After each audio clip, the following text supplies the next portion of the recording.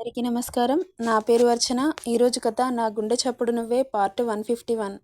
ఇద్దరూ అలా మాట్లాడుకుంటూ ఉండగా మొబైల్ రింగ్ అవుతూ ఉంటుంది. ఎవరా అని తల తిప్పి చూసిన హర్ష, ఇదిగో మీ పెద్దనాన్న కాల్ చేస్తున్నారు, మాట్లాడు అంటూ తన చేతికిస్తుంటే, నీకు కాల్ చేశాడు కదా, నీతో ఏదైనా పని ఉండి ఉంటుంది, నువ్వే మాట్లాడు హర్ష అంటుంది. సర్లే అని కాల్ లిఫ్ట్ చేస్తాడు హర్ష. చెప్పండి మావయ్య. బావున్నారా బాబు? బావున్నాం మావయ్య. అంజమ్మ ఎలా ఉంది? బావుంది. అది బాబు, మీతో ఒక విషయం చెప్పాలని ఫోన్ చేశా. ఏంటి మావయ్య? చెప్పండి. పెళ్ళయ్యి నెల రోజులు దగ్గరికి వస్తుంది బాబు. నెల లోపల పుట్టింట్లో నిద్ర చేసి వెళ్ళాలి అనగానే, నాకు చాలా వర్క్ ఉంది మావయ్య, రావడం వీలు కాదు అంటాడు హర్ష. ఆ మాటకి, అయ్యో బాబు అలా అనకండి, ఇది అనాదిగా వస్తున్న ఆచారం. పెళ్ళైన కొత్త దంపతులు పుట్టింట్లో ఒక్క రోజైనా నిద్ర చేసి వెళ్ళాలి. ఇంకో విషయం బాబు, ఇక్కడ హాస్పిటల్ స్కూల్ కన్స్ట్రక్షన్ పూర్తయింది. ఇక్కడికి వచ్చిన 2 పనులు పూర్తవుతాయి అనగానే, సరే మావయ్య, మేము ఎప్పుడు వస్తామనేది మీకు కాల్ చేస్తాను.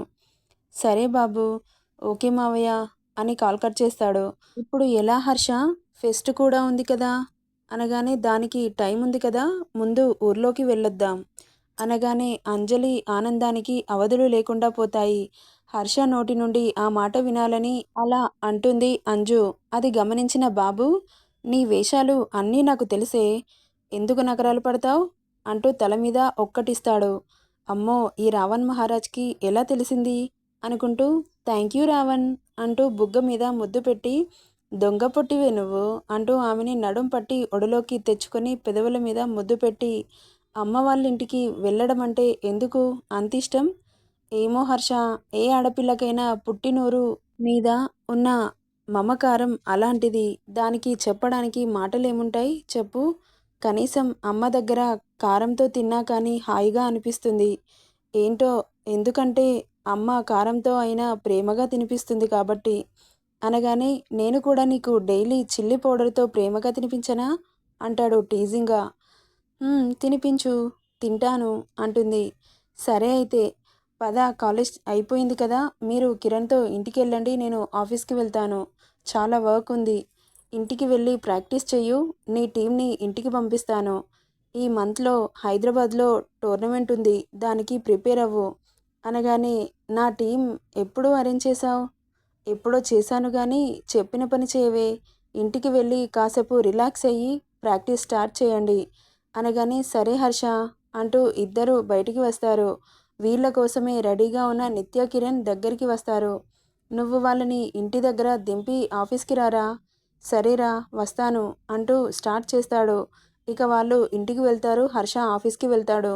ఇంటికి వెళ్ళిన అంజు, నిత్య ఫ్రెష్ అయ్యి కాసేపు రెస్ట్ తీసుకొని మేడ్ కాఫీ స్నాక్స్ తేవడంతో, తిని వాళ్ళ టీం కూడా రావడంతో అందరూ కలిసి గ్రౌండ్కి వెళ్ళి ప్రాక్టీస్ స్టార్ట్ చేస్తారు.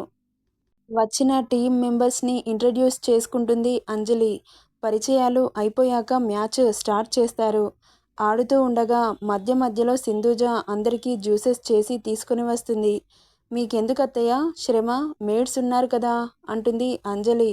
పర్వాలేదు తల్లి, నేను ఖాళీగానే ఉన్నాను కదా, నాకు బోర్ కొడుతుంది అంటూ వాళ్ళకి జ్యూసెస్ ఇచ్చి వాళ్ళు ఆడే ఆటని అక్కడ కూర్చొని చూస్తూ ఉంటుంది. ఇక అంతలో నైట్ కూడా కావడంతో, ఇక చాలేండమ్మా, టైం 7:30 అవుతుంది, పదండి అనగానే, వాళ్ళు కూడా బాగా అలసిపోవడంతో అందరూ హైఫై ఇచ్చుకుంటూ టవల్తో ఒంటికి పట్టిన చెమటలు తుడుచుకుంటూ కాసేపు రిలాక్స్ అవుతారు.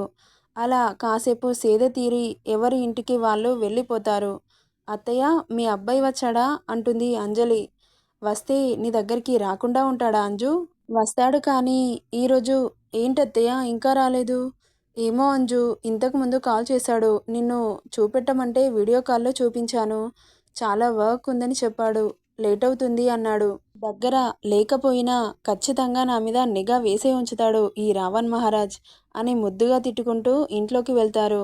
అంజలి తినేసి పెండింగ్ ఉన్న నోట్స్ రాస్తూ ఉంటుంది. ఇక్కడ హర్ష పని రాక్షసుడిలాగా వర్క్లో మునిగిపోతాడు. కానీ అతనిలాగా పని చేయడం అందరికీ సాధ్యపడదు కదా. రేయ్, నేను చాలా టయర్డ్ అయ్యాన్రా, ఇంటికి వెళ్ళి రెస్ట్ తీసుకుంటాను, షార్ప్గా ఓ చూపు చూసి వెళ్ళు అంటాడు. వామ్మో వీడితో వేగడం చాలా కష్టం అని అనుకుంటూ వెళ్ళిపోతాడు కిరణ్. నైట్ 12 కావస్తుంది. అప్పటికే ఎప్పుడొస్తావని 10 టైమ్స్ కాల్ చేసింది అంజు. ఇక తనని ఇబ్బంది పెట్టకూడదు అని వర్క్ చాలా ఉన్నా ఇంటికి బయలుదేరతాడు హర్ష. రోడ్లంతా నిర్మానుష్యంగా ఉంటాయి. అంతలో హర్ష కార్కి అడ్డంగా ఒక అమ్మాయి పరిగెత్తుకుంటూ హెల్ప్ మీ హెల్ప్ మీ అంటూ అర్థిస్తూ ఉంటుంది. అంతలో రౌడీలు వచ్చి ఆమెను పట్టుకొని వాళ్ళ జీప్లో వేసుకుని వెళ్ళిపోతారు. అది చూసిన హర్ష నొసలు చిట్లిస్తూ ఆ జీప్ని ఫాలో అవుతూ ఉంటాడు. ఆ జీప్ సిటీ అవుట్కట్స్లో గోడౌన్ దగ్గర ఆగుతుంది. హర్షకి కోపంతో కళ్ళు నిప్పు కనికల్లా ఎర్రగా మారి బగబగా మండుతూ ఉంటాయి. చేతి నరాలు పైకి తేలి షర్ట్ స్లీవ్స్ మడుస్తూ పిడికిలి బిగించి లోపలికి వెళ్తాడు. చుట్టూ చూస్తాడు. ఎవరూ కనిపించకపోవడంతో వెనక నుండి ఎవరో వస్తున్నట్లు అనిపించి వాళ్ళు దగ్గరికి చేరేంతలో వెనకకు తిరిగి చూడగానే హర్ష అంటూ అతడిని పట్టుకోవడానికి దగ్గరికి వస్తుంటే సెకండ్లో దూరం జరుగుతాడు హర్ష. అది ఎక్స్పెక్ట్ చేయని మైథిలి కింద పడిపోతుంది. ప్లీజ్ హర్ష, నన్ను దూరం పెట్టకు. నేను నిన్ను ప్రేమిస్తున్నాను.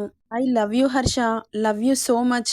నేను నిన్ను తప్ప ఇంకెవరిని పెళ్లి చేసుకోను. కలలో కూడా ఎవరిని తలవలేను అంటున్న ఆమె మాటలకి చిరాకొస్తుంటే ఏ జస్ట్ షటప్ అంటాడు. అతడి బేస్ వాయిస్కి భయపడి మౌత్ మ్యూట్ చేసుకుంటుంది. నువ్వసలు ఆడపిల్లవేనా?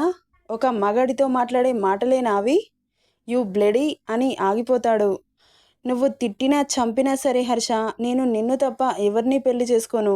నువ్వు లేకపోతే నేను చచ్చిపోతాను అంటున్న ఆమెను అసహ్యంగా చూసి నీ ఆటలు అన్నీ తెలిసే వచ్చాను. ఈరోజు నీకు మాకు మధ్య ఎలాంటి సంబంధం ఉండకుండా శాశ్వతంగా తెంచుకోవడానికి వచ్చాను. నీ వల్ల మాకు ఎలాంటి డిస్టర్బెన్స్ వచ్చినా ఇక్కడే చంపి పాతేస్తా. కాల్ యువర్ ఫాదర్ క్విక్ అంటాడు. నో హర్ష, ఈ మ్యాటర్ ఇంట్లో తెలిస్తే నన్ను హేట్ చేస్తారు. ప్లీజ్ నీ దగ్గర పని మనిషిగానైనా ఉంటాను. నన్ను కాదనకు. నీ ఊపిరి తగిలితే చాలు అంటున్న ఆమె మాటలకి విరక్తి పుడుతుంటే జస్ట్ షట్ యువర్ మౌత్. ఇంకొక మాట నీ నోట్లో నుండి వచ్చినా నిన్ను చంపి ఇక్కడి నుండి వెళ్ళిపోతా అనగానే ఓకే హర్ష, చంపేయి. నీ చేతిలో హాయిగా చచ్చిపోతా అనగానే ఛీ, నిన్ను చూస్తుంటే అసహ్యం వేస్తుంది అని తల పక్కకు తిప్పేసుకుంటాడు. అలా చూడకు హర్ష, నువ్వలా అసహ్యంగా చూస్తుంటే ఈ క్షణమే నా ప్రాణాలు వదిలేయాలని అనిపిస్తుంది. ఆమె మాటలకి షార్పుగా చూసి నా భార్యని చంపాలని చూసిన నిన్ను ఇక్కడి చంపి పాతేయాలని ఉంది. బట్ ఆడపిల్లవి అయి బ్రతికిపోతున్నావు. చెబుతున్నాను కదా, చంపేసేయి. నువ్వు లేని లైఫ్ నేను ఊహించుకోలేను అంటున్న ఆమె మాటలకి చిరాకు వస్తుంటే దీనికి పిచ్చి బాగా ముదిరింది అని వాళ్ళ డాడ్కి కాల్ చేస్తాడు. మీరు ఒకసారి పలానా ప్లేస్కి రమ్మని చెబుతాడు. ప్లీజ్ హర్ష, మా డాడీకి కాల్ చేయకు.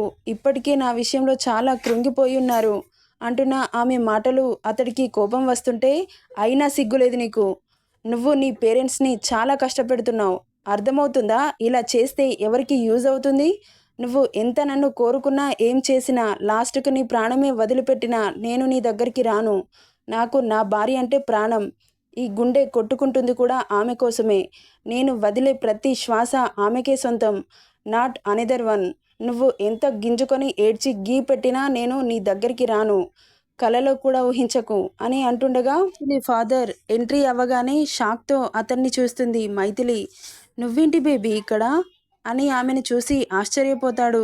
తమరి కూతురు ఏం ఘనకార్యం వెలగబెట్టిందో తెలుసా అంటూ ఆమె చేసిన పిచ్చి పని గురించి ఎక్స్ప్లెయిన్ చేస్తాడు హర్ష. ఎందుకు బేబీ ఇలా చేస్తున్నావు? అతడికి ఆల్రెడీ పెళ్ళైపోయింది. నీకు కావాలంటే ఒక మంచి అబ్బాయిని నేను చూసి పెడతాను. పెళ్ళైన వాళ్ళను కోరుకోవడం తప్పు నాన్న అని బుజ్జిగా చెబుతాడు. మైథిలి ఫాదర్, మీరు ఇలా గారాబం చేయబట్టే ఆవిడ గారు అలా తయారయ్యింది. మీరు ఏం చేస్తారో నాకు తెలీదు. మీ అమ్మాయి ఇంకొకసారి నా జోలికి కానీ నా ఫ్యామిలీ జోలికి కానీ వచ్చిందనుకో, మీ ఒక్కగానొక్క కూతురు పుట్టలేదని మర్చిపోండి. మైండ్ ఇట్ అని చెప్పి వెళ్తుండగా సారీ బాబు, మిమ్మల్ని ఇబ్బంది పెట్టినందుకు అంటూ చేతులు జోడించి నమస్కారం చేస్తాడు ఆయన. హర్ష అవేవి పట్టనట్లు విసురుగా అక్కడి నుండి వెళ్తుండగా హర్ష ప్లీజ్ నీ కాళ్ళు పట్టుకుంటా, కనీసం నీ దగ్గర ఒక చిన్ని జాబ్ అయినా ఇప్పించు. నిన్ను చూస్తూ బ్రతికేస్తా, లేకపోతే చచ్చిపోతాన్రా నేను అంటున్న ఆమె మాటలకు వెనుకకు తిరిగి చచ్చిపో అని చెప్పి అక్కడి నుండి విసురుగా ఇంటికి దూసుకు వెళ్తాడు. అతడి రియాక్షన్కి షాకింగ్గా చూస్తూ అక్కడే కుప్పకూలిపోతుంది మైథిలి. బేబీ బేబీ అంటూ ఆమెను చేతుల్లోకి తీసుకొని మైథిలి ఫాదర్ అక్కడున్న మనుషుల సహాయంతో హాస్పిటల్కి తీసుకెళ్తాడు. నెక్స్ట్ ఏం జరుగుతుందో నెక్స్ట్ పార్ట్లో చూద్దాం. ఈ స్టోరీ ఎలా ఉందో కామెంట్ చేయండి. నచ్చితే లైక్ చేయండి, షేర్ చేయండి, సబ్స్క్రైబ్ చేసుకోండి friends. Thank you for listening.